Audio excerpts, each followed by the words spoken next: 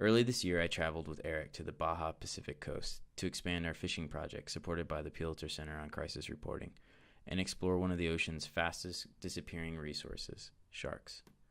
We took a 2-day journey to a small island off the Pacific coast to try and hook up with the fishermen who make their living fishing shark commercially in the dangerous waters each day. It was a tough sail, though. Shark fishermen are weary of outsiders. In the last year, they have been hit hard by regulation, as international pressures on shark fishing have increased. Anyone doing work regarding shark research is often seen as a threat.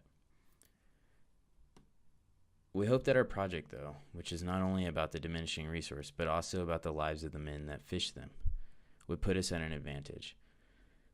But it didn't. After a few days, it became apparent that making any pictures or interviews in the fishing camps would be a slow and difficult process, one that could only be done with the full support of the fishermen. So I stayed behind to try to make connections, and Eric left me behind alone on the island. For nearly 2 weeks, I would wake up each day at 4 a.m. and walk the shoreline and hope that they would finally let me go out with them. My journal entries each day ended with, "Failed once again to get on a fishing boat." Yet I continued trying until finally one day I was frustrated. I had had enough, and I decided instead to hike up the small mountain on the island and blow off the fishermen entirely. The next day, the fishermen asked me where I had been. I was honest and told them that I had grown frustrated waiting to go out with them. They laughed and invited me to go with them the next day. I spent a lot of time on the water, growing up along the South Texas coast, fishing with my father, but I was not prepared for the conditions that these men work in.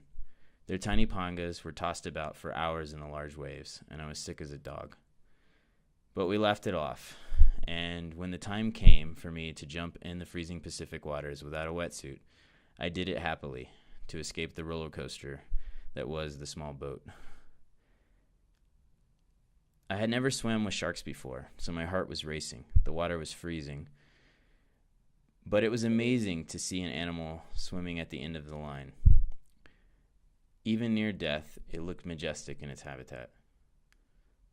I returned again in the spring because my first trip was cut short, this time with more success.